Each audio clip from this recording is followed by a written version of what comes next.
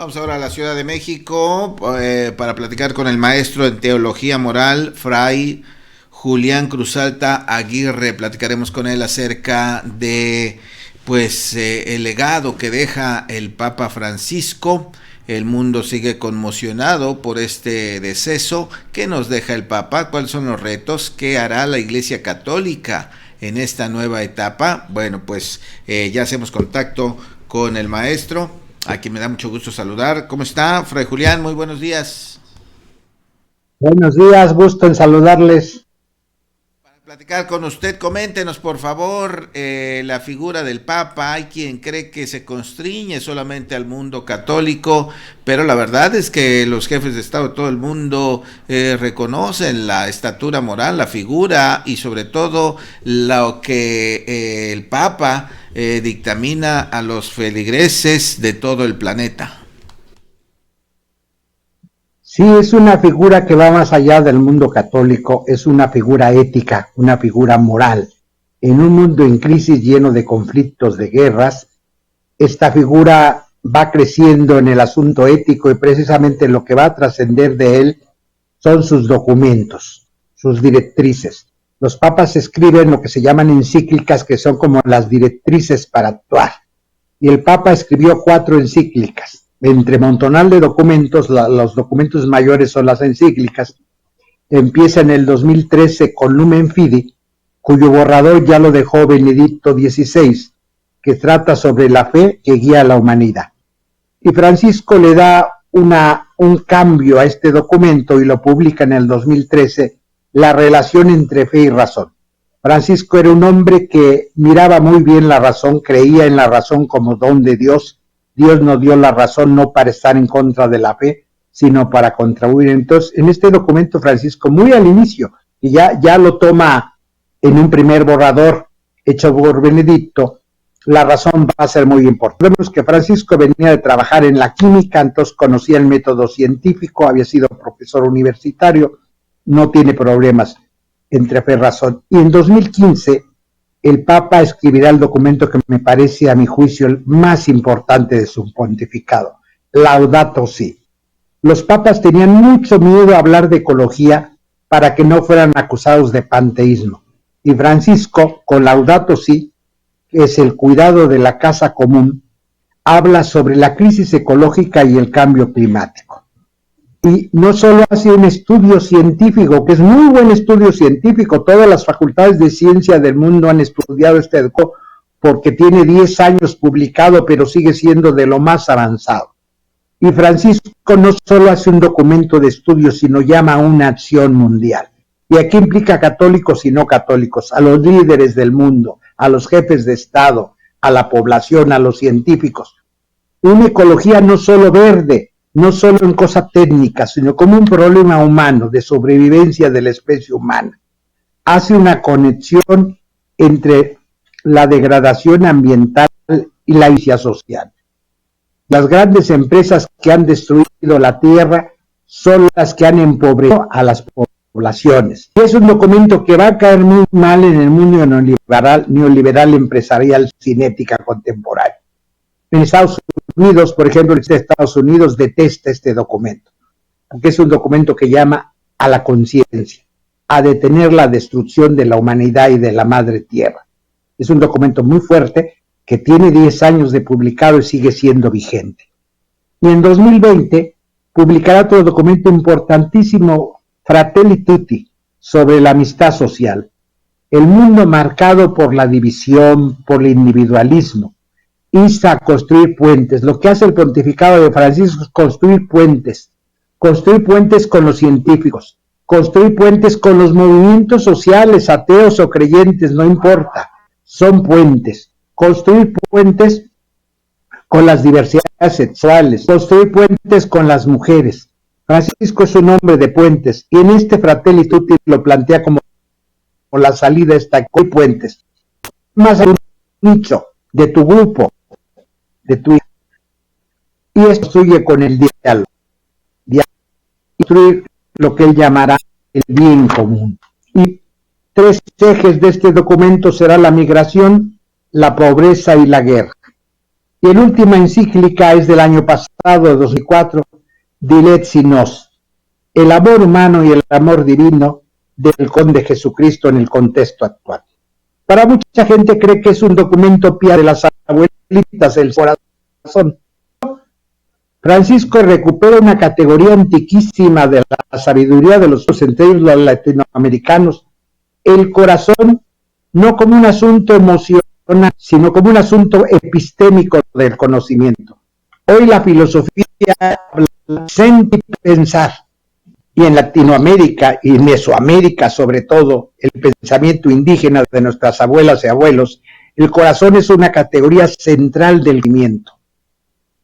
Conocer no solo es un acto de la razón, implica toda tu experiencia interior.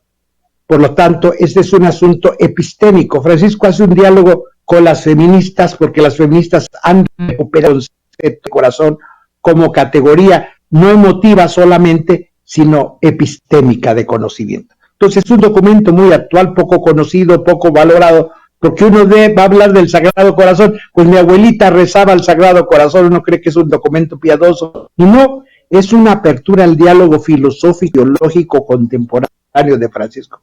Pues estos 4 documentos van a marcar, y para mí es lo que va a trascender de Francisco, y por eso es muy valorado en el mundo no católico. A veces lo conocen más los científicos, los movimientos sociales, que las parroquias católicas, su pensamiento. Porque el mundo católico se adora al Papa, se aplaude, pero se le estudia y se le lee poco.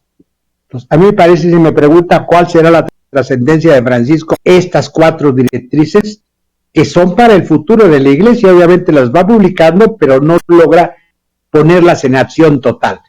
Pero no son documentos solo para la Iglesia, son directrices para la Iglesia, pero es una invitación para dialogar con el gran movimiento social global.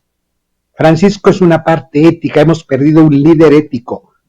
Aparte de un líder de religioso, los católicos, el mundo ya ha perdido un líder ético muy importante. Así es, sin duda, esto que nos ha comentado lo dibuja muy bien, el legado de un hombre universal para la humanidad entera. Y aquí la pregunta sería, maestro, el sucesor, ¿podría representar un retroceso en todo esto que poco a poco se ha ido avanzando? Pues a partir de Laudato Si, las derechas neoliberales se han movido también al interior de la Iglesia Católica y vieron riesgoso un papado de esta índole. Entonces van a tratar de influir con sus candidatos para regresar a un papado más tradicional, que no hable de ecología, que no hable de medio ambiente, que no hable de pobreza y de injusticia. Claro que van a tratar de influir, se están moviendo. Ya Tom dice que de corazón funerales, va de corazón alegre a festejar, porque cree que va a poder influir con su poder económico para que llegue alguien de su pensamiento y lo apoye en esta cruzada de seguir destruyendo la vida del mundo. Sí, sí hay peligro. Esperemos los que somos creyentes en el Espíritu Santo que venga un Papa que continúe este trabajo de diálogo mundo, de apertura, porque un Papa ahorita sería un miedo al mundo de volverse a cerrar. La Iglesia Católica sería un suicidio hacer esto, pero todo es posible. Esperemos la gente de fe en el Espíritu Santo, que venga un Papa, difícil latinoamericano, otro latinoamericano inmediatamente, más bien un europeo, los europeos regresará, pero un hombre a lo mejor de tan avanzada como Francisco, pero un hombre sensato que mire por el bien de la humanidad, que esta es la línea a seguir. Efectivamente, eso que comenta es muy importante. No solamente el presidente de los Estados Unidos, los presidentes del mundo también empujan hacia alguien que les sea favorable, y eso va a poner a la Iglesia Católica en una situación de mucha presión. Y por supuesto, de todo lo que hay al interior, buscar quién lo represente, cada quien con su ideología. Ayer hablábamos, maestro, con compañero periodista, acerca de esta película que, bueno, no esperábamos que pudiera ser tan actual, la de Cónclave, donde justo se ven los intereses al interior, las disputas, y bueno, evidentemente es una película y no es algo que sea exactamente real, pero que sí nos da a entender todo lo que pasa al interior para elegir a un nuevo papa que es no solamente va a regir para la Iglesia Católica, sino para el mundo entero. Y ahí tenemos ejemplos de papas que han intervenido en sistemas políticos, en conflictos bélicos y en otro tipo de cosas. De ahí la importancia, maestro, y me gustaría que enfatizara eso, de tener un papa, como lo ha dicho, consciente, con razón, y no solamente con esa intención de amor y de piedad, sino un papa actual que pueda enfrentar los retos actuales de todo el planeta. Recordemos que el Papa también es jefe de Estado, el Vaticano es un Estado viejo y en la política internacional. Entonces, lo que plantea la película Cónclave todavía es más con la realidad. Si la película es fuerte, la realidad es más fuerte. Las presiones son muy fuertes y desde ayer se declara sede vacante. Ya los cardenales fueron convocados al Vaticano. Vendrán el miércoles, yo creo, mañana empezarán los funerales, no sé cuántos días va a durar. Francisco pidió simplificar todos los funerales papas, menos días, menos ceremonias. Queremos ir en el conclave famoso. Yo empiezo a ver listas de candidatos, normalmente esas listas aparecen muchos en la lista posibilidad. Y luego ponen cardenales de más de 80 años. No, los cardenales de 80 años van a ir a las funerales, a las primeras vez que empiece el conclave pueden participar ni votar. De más de 75 años, los de 80 en adelante ya no participan. Y luego ponen como candidatos a 5 mexicanos de unos de 86. No, imposible, esto no es real así. Y pocas posibilidades de América Latina. Mexicano yo creo que es la posibilidad actual. Por todo esto que se juega de política internacional, de futuro, porque el mundo católico sigue siendo millones de personas. Para mucha gente estoy pasando a hablar de fe religiosa, pero para mí siendo un tema importante en su vida de la fe religiosa. Entonces son multifactorial el asunto, se juegan muchas cosas, líder espiritual, líder ético, pero también un jefe de Estado, el Vaticano. Fray Julián Cruz Alta Aguirre nos ilustra muy bien la importancia y sobre todo el legado del Papa Francisco que hay que seguir y que ojalá que su sucesor también lo haga.